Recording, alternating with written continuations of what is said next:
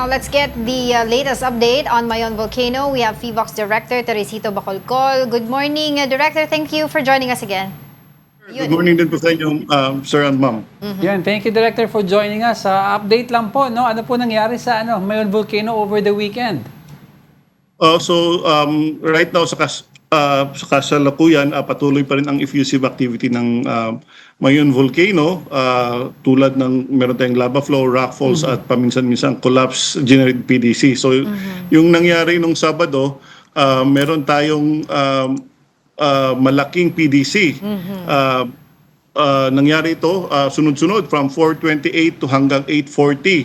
So yung PDCs natin umabot hanggang 5 kilometers from the summit, but still within the 6-kilometer permanent danger zone. So yung may ash plume din na kaakibat and umabot ng 3,000 meters above mean sea level.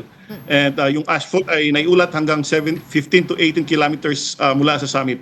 Kabilang na dito yung ilang bahagi ng Kamalig, Ginubatan at saka sa Ligaw. So makapal sa Kamalig at sa Ginubatan, pero sa Ligaw traces na lamang.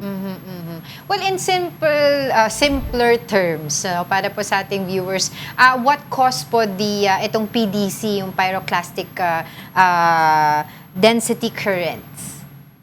So yung PDCs can be generated in several ways. So maaaring mula sa pag-collapse ng lava dome o di kay pag-collapse ng lava flow. Pwede rin itong mula sa explosive eruptions or mula sa pag-collapse ng eruption column, na kapag meron tayong explosive eruption, nagkakaroon ng column, babagsak. Hindi po yan nangyari nung Sabado, wala po tayong explosive eruption, wala rin po tayong collapse ng eruption column. So ang nangyari, since ongoing yung effusive eruption natin, yung lava sa itaas ng bulkan na iipon, naging unstable, kaya bumagsak.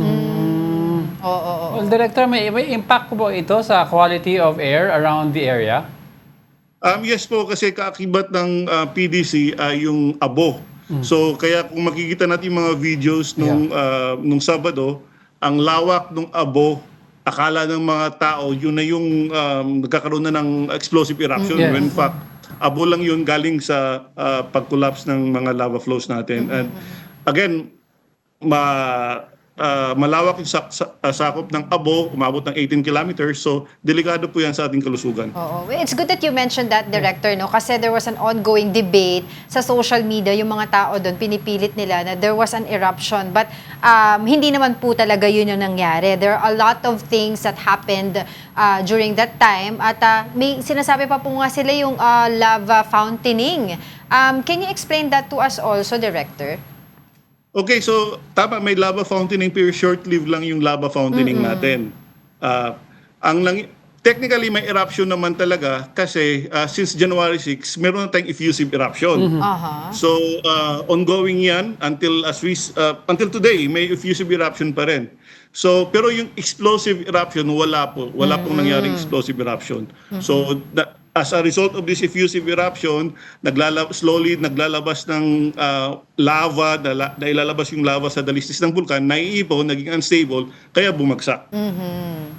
And how concerning po itong mga pangyayari na ito, itong activity ng Mayon as compared to the last couple of months? Delikado po yung PDC natin. Again, yung PDC, it can incinerate everything on its path.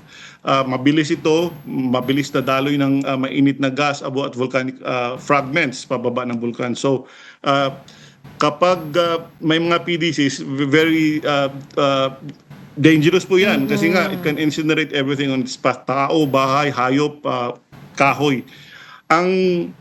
Pero yung PDCs natin, ongoing activity yan, part ng effusive activity ng Mayon Volcano. It's just that nung Sabado, malaki. Pero it doesn't mean na nagbabago yung overall condition ng bulkan. It just so happen na bumagsak yung mga lava flows natin. Alright, on that note, maraming salamat po muli sa inyong oras, FIVOX Director Teresito Bacolcol. Maraming salamat din po. Thank you.